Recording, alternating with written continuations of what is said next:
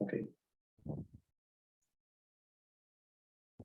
Okay, so good evening, morning, or night, depending where you're connecting from. Firstly, thank you for joining us in this webinar. We'll be listening to Ania Radzikowska.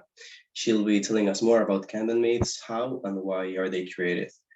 Just a quick reminder that at the end of the webinar, we'll leave a little space for questions, which you can post anytime during the lecture in the Q&A section in your screen, which is right next to participants.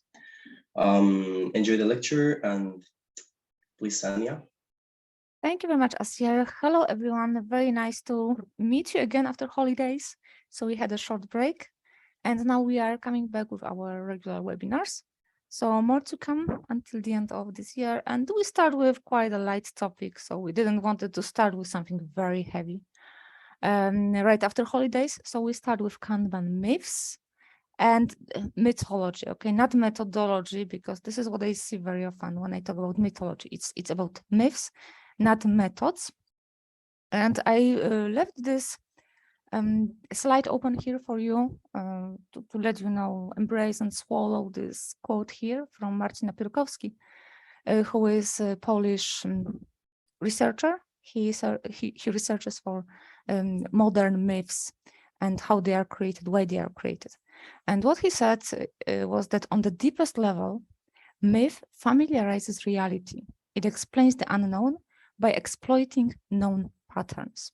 And over this whole webinar, we'll try to understand what it really means and how it affects our life, not only our Kanban community, because, okay, you know, we'll be talking about Kanban, of course, because that's why we are here. But we create myths every day, everywhere, and wherever you come from and whatever community you come from, you have probably already experienced that. So let's get started. And the first question, who should we be? So I have two personas here. And the first persona are ancient Greeks, ancient Romans, who created myths to explain reality. So anything they didn't understand, what seemed weird to them, for example, why sun is going up every day, they try to explain using different myths, these metaphors of life. And we also have our Don Quixote, who is fighting not necessarily the myths, but windmills, but we can also be the Don Quixotes of our Kanban community, seeing myth every time, fighting it. And to be honest with you, for a very, very long time, I was Don Quixote. I mean, I didn't think about myself this way, but I was trying to fight myths, burst the myths, and I wrote a lot of articles about it. But today I would like to talk to you whether it really makes sense to do it or maybe not. Maybe we should be just like this ancient Greeks or Romans and create more and more myths that will help us. So let's begin into this topic. We'll start with absorbing knowledge, and we'll need it to understand how we actually create myths and why we create these myths. So there was a guy in 19th century, Hermann Ebbinghaus, and what he has done. So between 1880 and 1885, he ran the series of tests on himself. So the sample was pretty small. And this test, the aim of this test was to memorize 3-letter nonsense syllables. For example, WID or ZOF or APF. So he created this 3-letter syllables, words that meant nothing to him, and he tried to remember them. And what he created as a result of this test was something what we call forgetting curve or Ebbinghaus forgetting curve to memorize him, which basically says, not going into too many details, that the longer time passed from the moment when we learn something, the less we remember. So when we think about it immediately, we remember 100% of things, but when time flies, so 1 day, 2 days, we already forgot more than 70%. 31 days later, we forgot 80% of what we tried to remember, what we were told, or what we tried to learn. And he created this curve. He created also the ratio showing how things are being forgotten. But the question is, did it make any sense. I mean, the research itself, of course, made sense, but what Ebbinghaus discovered was that the longer time passes, of course, the less we remember. But what was kind of a side effect of his discovery was that our brain is looking for sense desperately. So even if something very nonsense, we try to look for some sense. And now I will drop a couple of bubbles on the screen. I will give you like three, maybe 5 seconds to look at them, and I hope that you will see a pattern. So here are the bubbles and the words.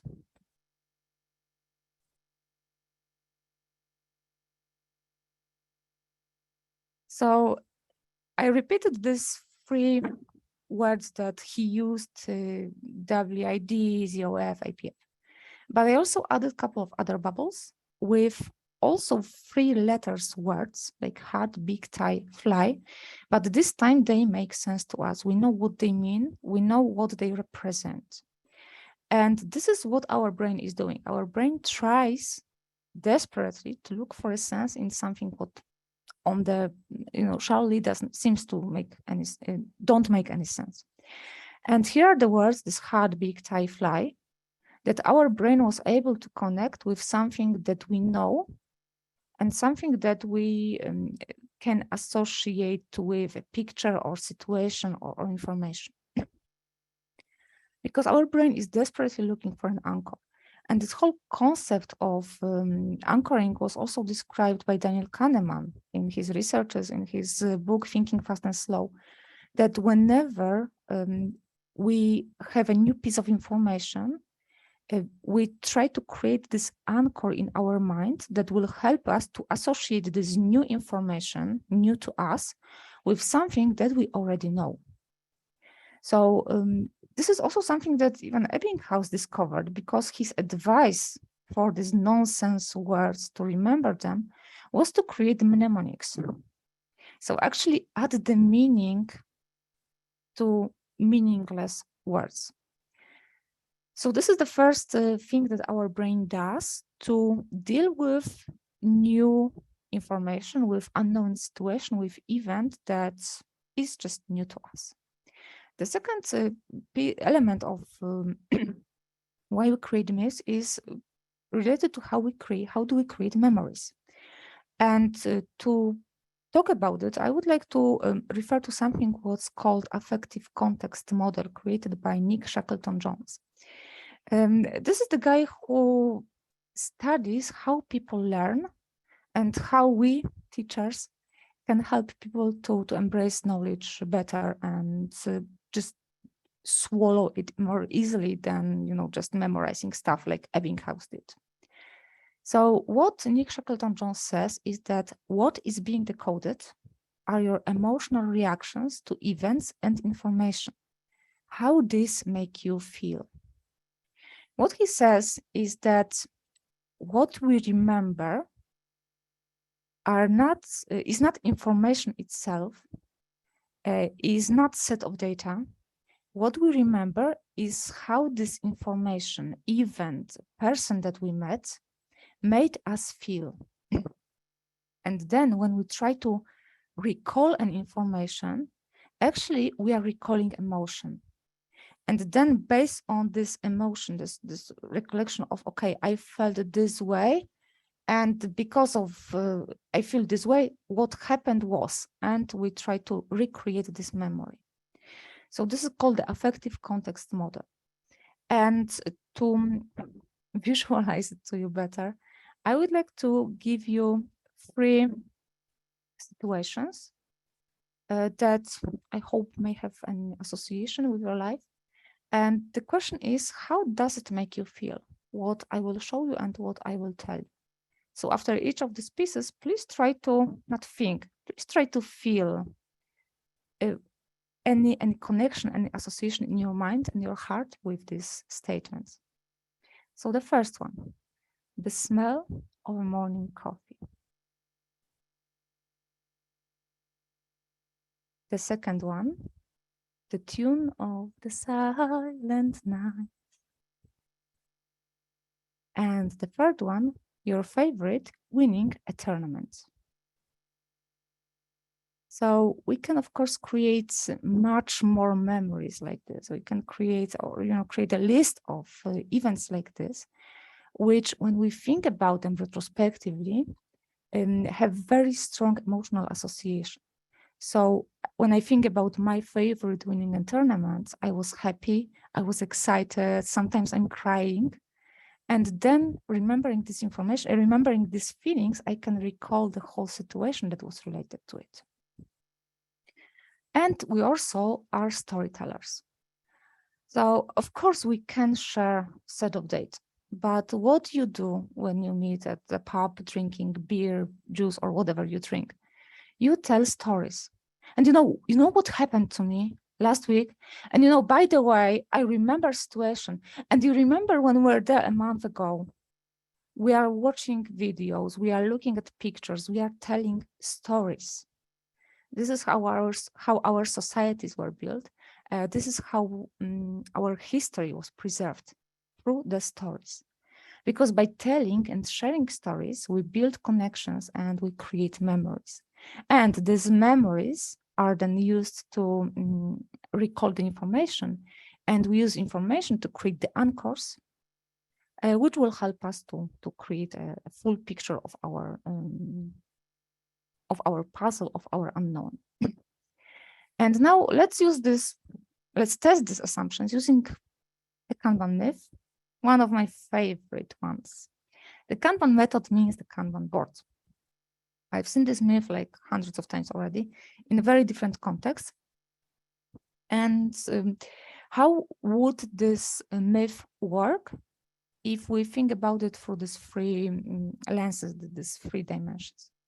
So the first one, we create an anchor. So you see the sentence, the Kanban method means Kanban board. You don't know too much about the Kanban method, but I saw this white thing with columns. So someone had it on the board. Oh, there is even one there. It had a column, it had the stickies, and people were moving the stickies around. So this is Kanban, right? Yeah, Kanban board.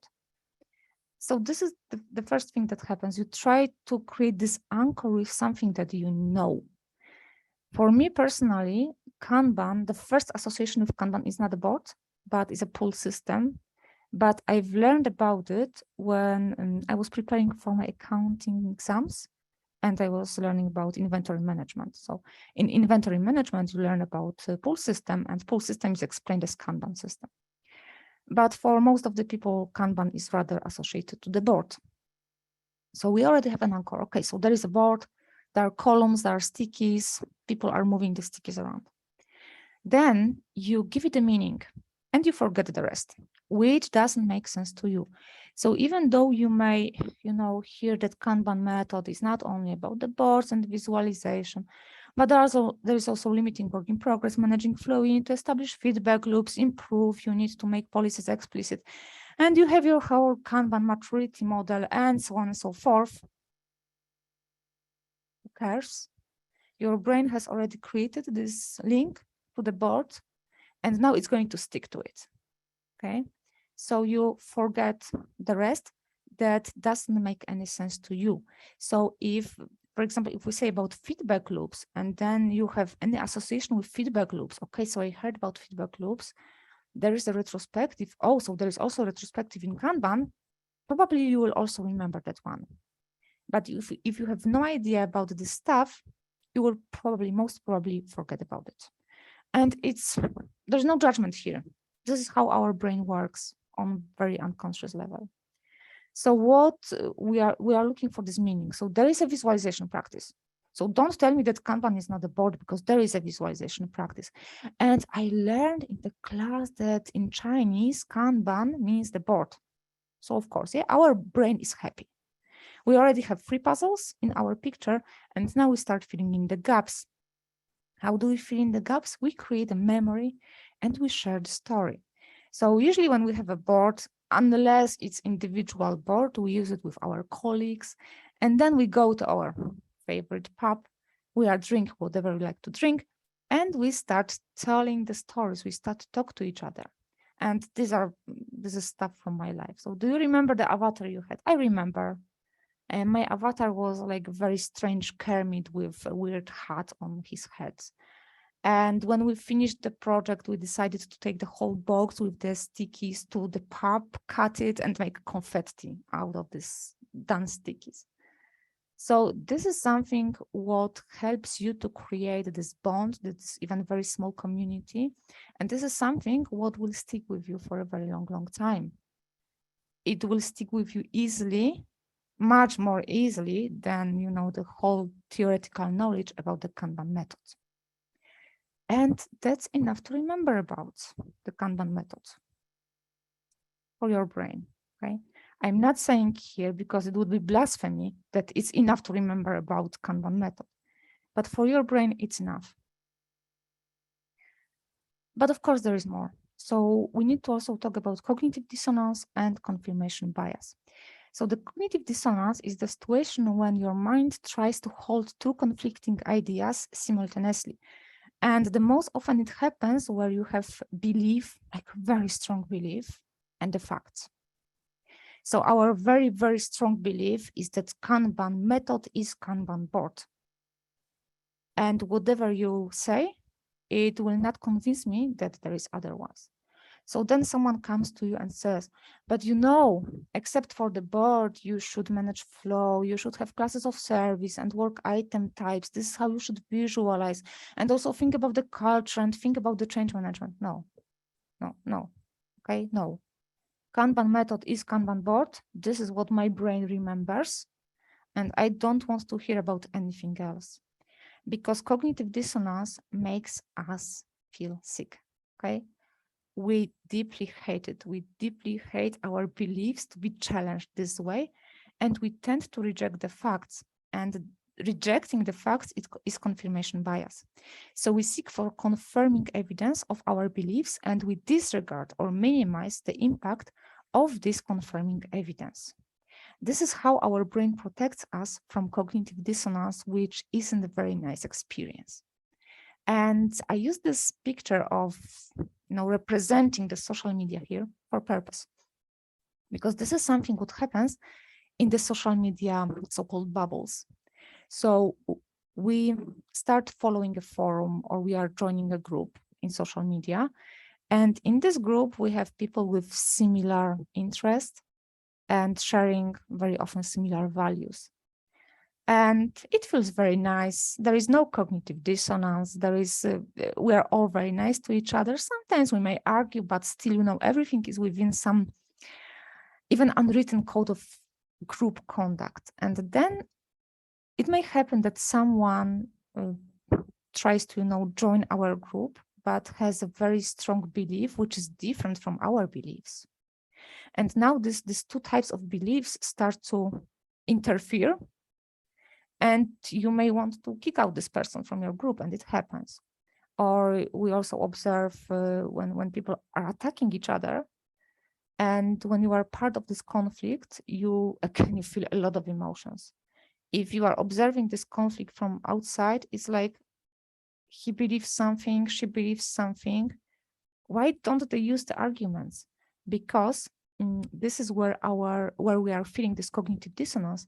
This is where we are rejecting facts, because this way our brain protects us from that.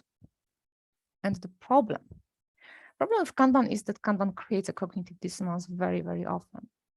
And if you are more into Kanban, you've maybe heard about Kanban maturity model and how we drive changes using Kanban. We are using the stressors, and stressors are there to create cognitive dissonance. They are there to challenge you and to motivate you to do something. And sometimes you may want to reject it. Sometimes you may want to embrace it. This was my story with Kanban, that it challenged me a lot, and the facts challenged my beliefs, but I felt motivated enough to follow it. But I also recognize many situations when I don't feel motivated, and I'm aware of that. I'm saying, okay, I don't want to learn about it. I don't have energy. I don't have time for that. And when Kanban creates this cognitive dissonance, we are looking for confirmation bias, and as a result, we create myths. because myths are a representation of confirmation bias in the situation where our beliefs are collapsing or are trying to collapse under the facts, and we try to protect against it. So our system one, so I'm referring to Daniel Kahneman again. Our system one is looking for easy answers. It's reacting, it's not thinking. System one is reacting. And these easy answers are Kanban doesn't work here. Kanban is just a board. Kanban is not for big, small product, projects, business, me, for you, whatever. These are quick, easy answers from the system one, because our system two is a lazy monster, okay? And still pretty powerful though. But to uncover its full power, we need to make it work. And making system two, our logic, working is a huge effort, and it requires a lot of energy from our brain. So that's why we don't want to wake it up too often. So, as I told you, for a long time, I was this Don Quixote. I wrote articles debunking Kanban myths. When I did the research for this particular webinar, trying to find what people write about Kanban myths, what are the more popular that people are Googling for or writing about, they are like 10, 12 years old already, and they are still there. Nothing has changed. So I even recorded a podcast with one of my colleagues, Radzikowski. So I was this, myth Kanban lady.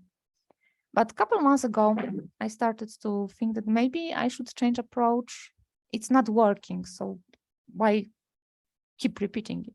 So I said bye-bye to Don Quixote, at least for now, and I'm trying something else. So my approach right now is to embrace the myths. And embracing the myths doesn't mean that I agree with them. It just means that I don't fight with them. And I would like to show you what I mean by that. So my top 5, not my, Google top 5 of the most popular Kanban myths, I would like to present in this way of how to not fight with them, but how to use them to improve, because this is what we are aiming for. So this is something that we already started to talk about. Kanban is just a visual board to track your work. What we can say, instead of going to people and say, oh, you stupid, it's not a board, you need to have more and more and more of visual effects, visual representation of how your work works. You can just, approach people with, okay, so does it mean that you visualize your work? Okay, that's great. Let's see what we have. So you have a columns, awesome. You have a stickies, and I see that there are different colors. Do they mean something? Okay, so you told me that the red one is for the bugs, the yellow one maybe for user stories. Awesome. Does bug go through the same process as user story? So maybe we could visualize it differently. What do you think about it? Or maybe we could try something else here. Did you hear about this and this and this? And this way we create this connection. So we are, come back to basics. So we start with what we do now. If we have a board, even the simplest one, it already gives you a lot of information. So use what you have and try to improve it instead of saying that someone is stupid because they think that Kanban is just a board. The second one, Kanban, is for service, IT, ops, maintenance teams only. So different variations of this statement. Yes, you are right. Kanban works great for service team, and let's keep doing that. If it works for your service team, that's awesome. But you say that you also have some project work to do or product to build.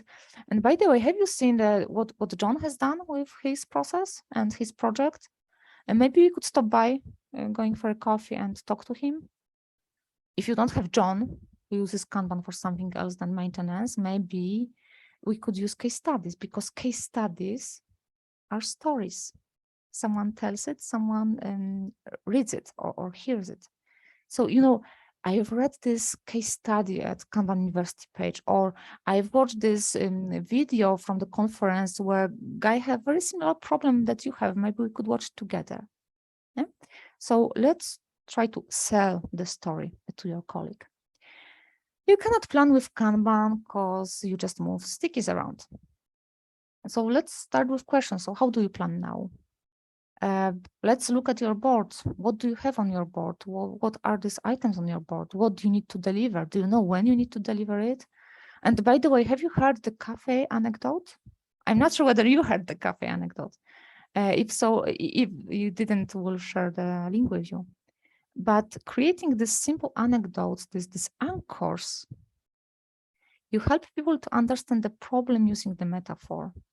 So instead of starting, to drop people immediately to the ocean of work item types, classes of service, different clients, you can just tell the story about running your own cafe and serving different people with different products. And then your colleague's brain will start to create this anchor, which then you can use to explain other concepts, like, for example, class of service. You either do Scrum or Kanban. This myth is pretty, funny to me in that sense that like 2 weeks ago, there was a conference in San Diego, Kanban conference, and there is a new sticky. I have just part of the sticky here. Scrum is better with Kanban. So this is a new sticky designed by our colleagues. So why should we choose? Basically, my colleague from Brazil, Marco Mendes, uses this metaphor again, this anchor, to explain this Scrum and Kanban concept. So he says that there is a special kind of cheese in Brazil, which I need to try when I go there. And they put this cheese on the top of everything because everything just tastes great with this cheese. So wherever you are, you need to probably adjust it to your culture, but Kanban and Scrum are not mutually exclusive. They are like bread and cheese or bread and butter. So you don't need to choose. You can try both. You can, just add additional flavor to your Scrum using Kanban. You may try to improve if there is something that's not working. So don't treat them as enemies. Treat them as bread with awesome cheese on the top. There are no metrics in Kanban. And I know that you know, but when I see something like this, I fight really strongly, not eye rolling, oh my God. Of course, there are metrics in Kanban. But if someone says there are no metrics in Kanban, probably it means that this is something that he or she believes in. And we already know that if you start, throwing the facts to fight with beliefs, it will not work. So, okay, there are no metrics in Kanban. Let's talk about it. What do you need to measure?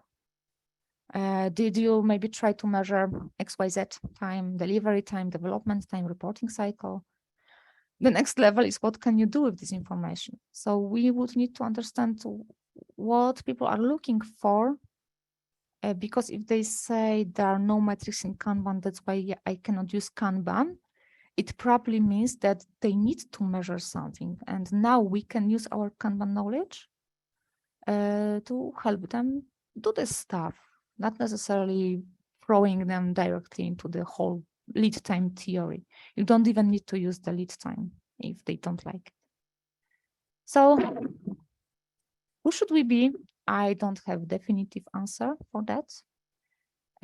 We can try to embrace the myths and use them as a starting point for discussion and making life better.